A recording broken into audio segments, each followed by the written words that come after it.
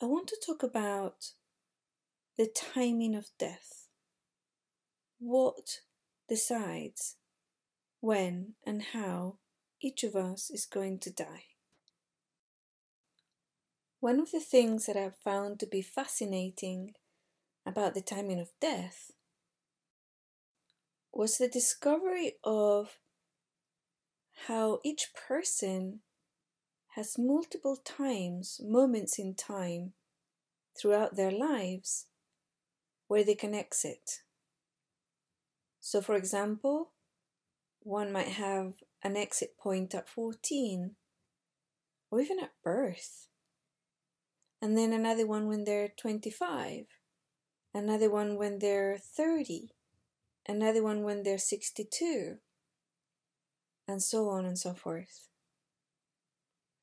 Each person also seems to be aware at a subconscious level, and sometimes even at a conscious level, that one of these doors to death, as I call them, is getting close and it's about to open. But the final decision of when they walk through that door is actually their own. They decide at a conscious or subconscious or unconscious level when they're going to leave. Sometimes they have what's called close calls to death, but I found that often those are not really the ones where they were meant to or had an opportunity to leave. Those weren't the times when one of those doors opened. Sometimes the choice is experienced as a split-second decision. Okay, here it comes. Whoops, no, I decide to stay, kind of thing.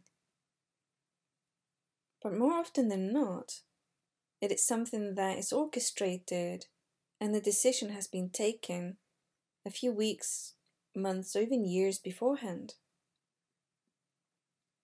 And then everything is orchestrated so that it happens.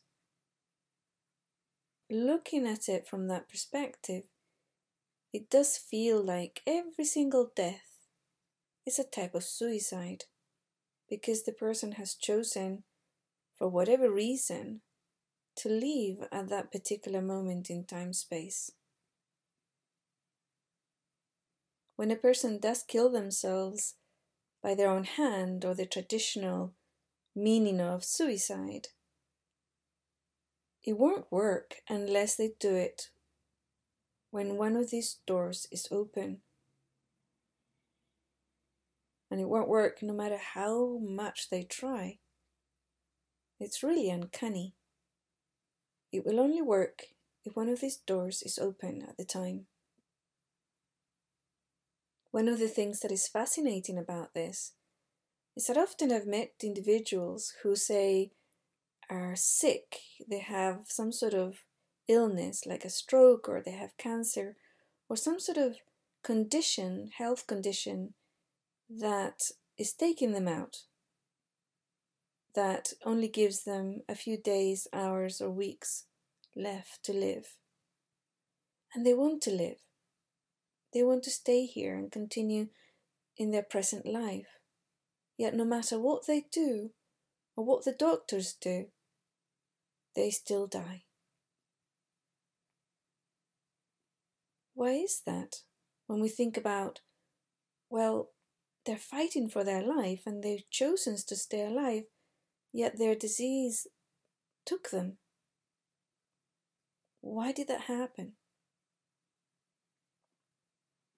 And sometimes when a young person, full of life, plans for the future and everything else, has an accident and dies, we feel, but they died before their time. They didn't choose to die. How come they're dead? And it's in these situations when